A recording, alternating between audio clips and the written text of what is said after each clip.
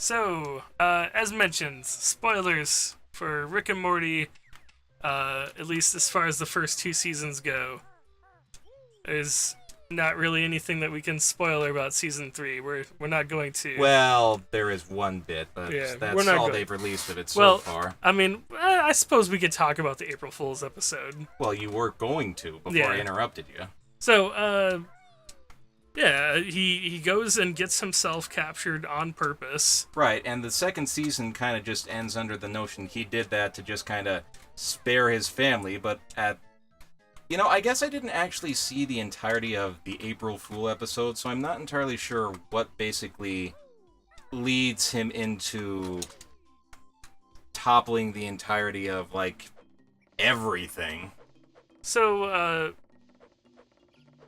everything is kind of going Jerry's way at that point. Jerry is now the man of the house. He's got a good job where he does nothing. He just gets promoted every day for no reason. And Rick's not there. So Jerry is On is Cloud doing Friggin' fantastic. 9. Yeah. Clown Friggin' 9. Clown? Clown. Yeah. That's what Jerry is. He's Jerry's Clown Friggin' 9. What happened to the first 8 Jerrys? Those are other Jerrys. The ones that were left at Blitz and Chips. No, that's the place where they ditched him so they could go to Blitz and Chips. Right, the Jerry daycare. Okay, I should be done with spring, so now I get to move into the next fourth of the stage. That's a good question of whether or not they actually got the original Jerry, even. Oh, it's always just little questions like that they might address somewhere long into the future, or they might just ignore it. Who knows? Mm-hmm. It's part of the fun of that show. You just never know what they're going to take seriously or what they're just going to crumple up and just toss in the, basketball toss into the waste paper basket. So what I'm looking forward to as far as season 3 goes, have you seen the virtual reality game? I have not. Okay. And Collectathon. Towards the end of the virtual reality game, and I mean, anybody interested in it, honestly, just go find it on YouTube. It's up there. Someone's played it. They've There's the third one. oh, the bees. So we got Morty there.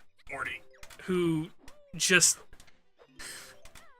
I'm trying to remember how it came out, how it came to happen.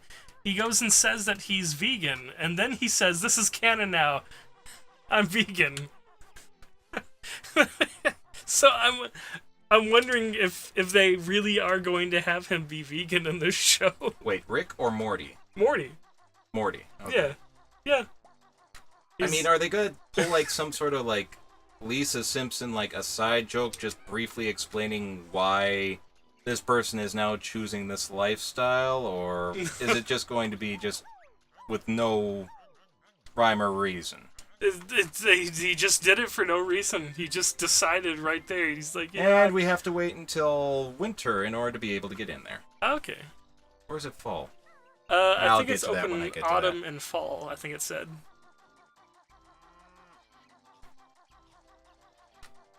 And speaking of fall,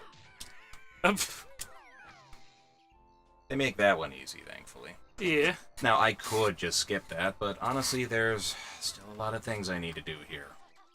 There were a lot of folks also who really, truly thought that Justin Roiland and Dan Harmon had pulled the wool over our eyes and released a fake season 1 opener on April Fool's. Really? Yeah. So, like, during that episode, he escapes from a machine where he's being interrogated inside of his mind. Okay. And he comments, "Oh, they wasted the old version of the machine." Oh, by the on way, him." look who's over there. Oh, it's the camel. Yep. What do you think I'm gonna do to him? I think you got a I'll ground make it a pound him. multiple choice. Will I A, give him scratches behind the ears and tell him he's a good camel? B, bake him a nice souffle? Or C, beat the living shit out of him? Yeah, that sounds about right. If you chose C, you are not incorrect. I'm having flashbacks to Conker's Bad Fur Day. Really? Took you ages to find that water, huh? Actually, I think I can recall where the last one is now. I'll get to that when I get to it, then. At least assuming I'm right about that. Yeah, whatever. If we have to do it off camera, or just briefly clip to me finding it after finding it through a walkthrough or something, we can just worry about that later. I mean, I could go and pull up the walkthrough and then you'll have already found it. We could do that. Again, I'd like to think that I'll just either spontaneously remember where it is, or just find it along my stumbling around here. Because that's kind of typically what happens. It's happened when you've been playing. It's happened when I've been playing, where we're trying to figure out what to do next, and we're going and wow. Friggin'. Shit. We're going around trying to figure out what we're supposed to do next, and we stumble into we start it while looking for it. Yeah, and then we just find it. It's like, oh, I didn't. I want to be a bee. Nope. Too hot. Fuck you. Too hot for magic. Momo wants sun fan. Which is why you're inside fanning yourself.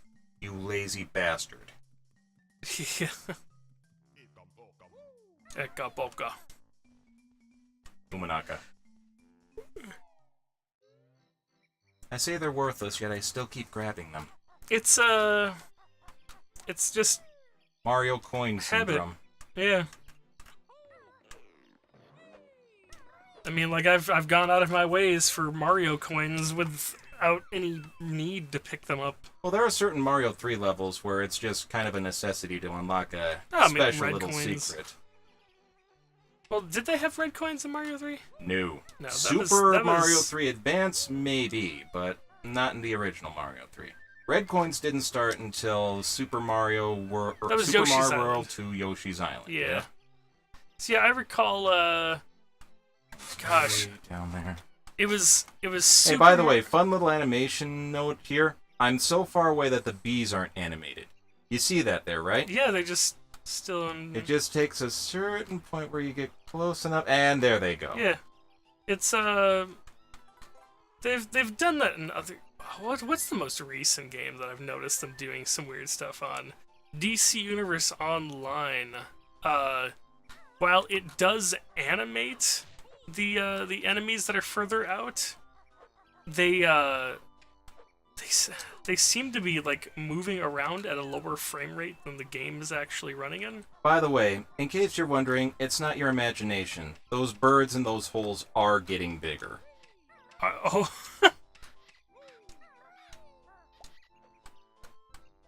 Oh gosh, how many of these things do you need? These inchworms? 5.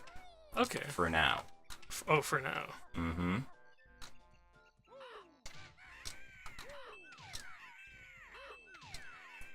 Yeah, you can see how I got so good in killing those stupid enemies in the walls, can't you? Yeah. I mean, it'd be easier to just name the levels that I don't have to... What's with that? It's like a square. That's why. Okay. So you able to get it now?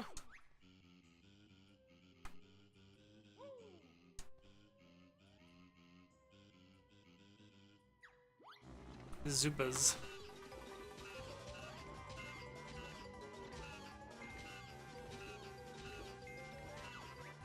Oh. Bug zapper. Wow.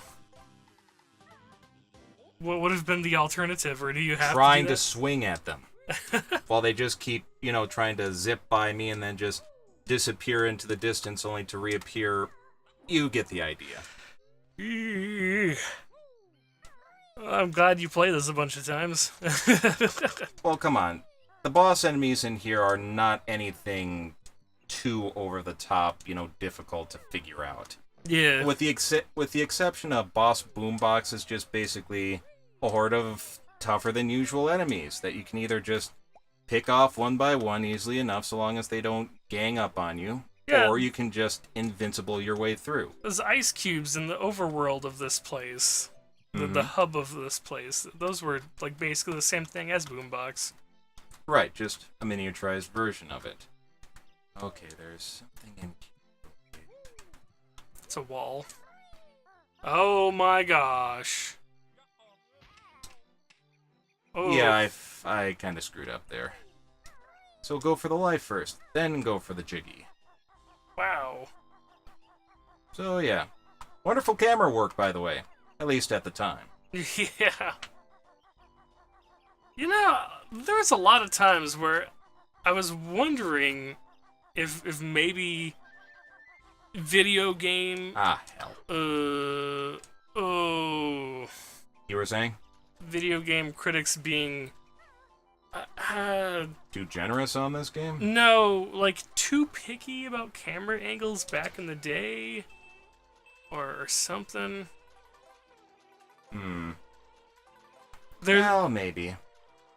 There were some games that didn't have terrible camera controls, and the camera wasn't terrible at all to begin with. And then we have games like Mega Man X7. Yeah. If you've never played it, that's don't. The one with the 3 characters, right? For the love of God, don't. With Axel? Yes, that's where he's introduced, and I swear to all that is holy, that is the only good thing to come out of it. Axel? Yes. That is the only good thing to come out of that one. Oh, wow. The rest of that entire game is just an absolute nightmarish piece of trash. Like, I remember back when they still had X-Play on, like, G4 TV and all, before it became a shit channel. Like, literal shit? Like, what's the word I'm looking for? Bullshit? It's, it turned into... It makes sense. It makes more sense if I can think of the word that it's supposed to. That's more difficult than it looks, by the way. It turned into an Esquire channel, which is what TNN eventually turned into. TNN? The Nashville Network. Or was it not the Nashville Network, but... Like, I think gosh. Oh my gosh. Yeah, I don't think I'm gonna be trying that. I don't think there's any way in by the roof any damn way. So you gotta go for the 1-up and then go for... Because that'll just be a...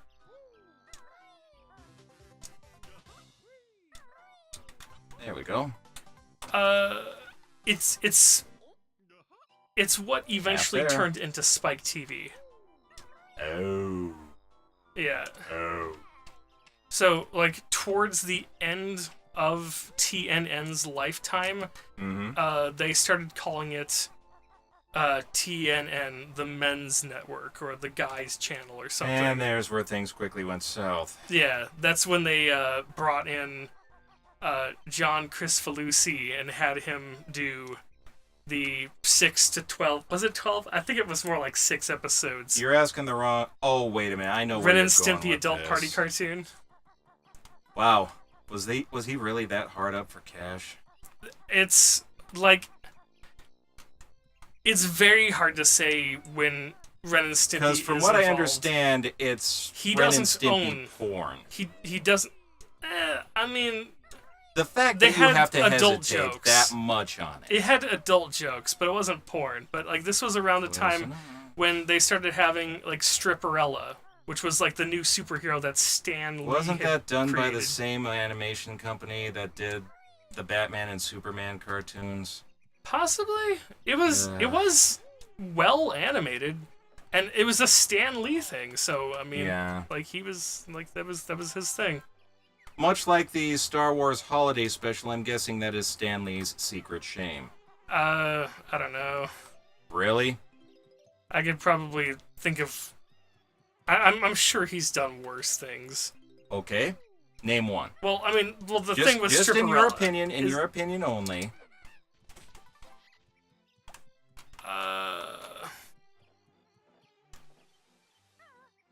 Spider-Man 3. Did Stanley have a lot to do with that? No, but, I mean, his name's in it, and he's cameoed it. I don't know. Man. I'm sure he's done something that he's not proud of, and I don't think I would rank Stripperella as his #1 shame. I mean, he had Pamela Anderson doing the voice of Stripperella. Which is fitting. I suppose. Well, Barbed Wire. She was Barb in the movie Barbed Wire. Oh yes, I'm sure everyone fondly remembers that one. It was a dumb movie.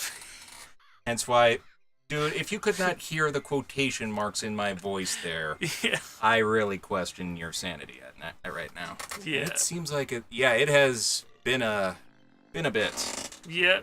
Which is about how long it takes for this guy to grow, apparently. Is he gonna grow, like, in the next season or something? Yes. I fed him enough inchworms, again, for now, so now he just needs to sleep it off. Cool.